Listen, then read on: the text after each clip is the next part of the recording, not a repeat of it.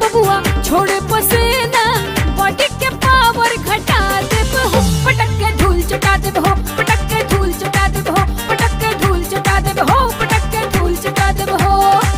कसानी गोटा जन तू बान्हाया नोछा, जाके घरे में करा तू झाड़ू पोछा, लड़बूता हफनी धारा देब हो, पटक के माल चुआ देब हो, पटक के माल चुआ देब हो, पटक के माल चुआ देब हो, पटक के माल चुआ देब हो।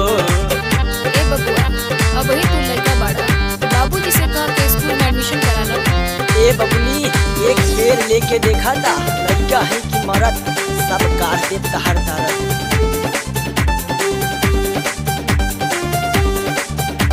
हम हुता उला फानी ले, कुश्ती के दाव पहचानी ले, उल्टी मारे साथी हाथी छांजने वा जानी ले।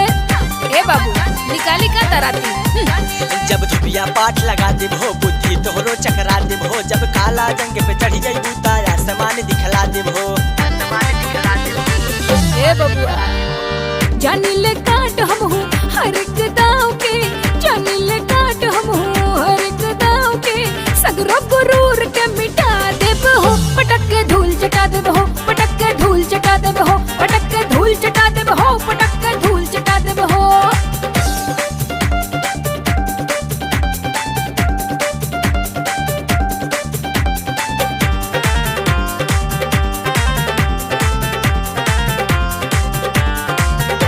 पंजा से पंजा लड़ जाई, जब जोश की हमरो चढ़ जाई, हड्डी पसली सब टूट जाई, एक सारे करावे पड़ जाई। जा बबुआ घी पी के आ। कहता तू जब हमरा के अजमावा हो, आवा गोड़ दबावा हो, अखाड़े में धुरिया जइबू, जा पाउडर क्रीम लगावा हो।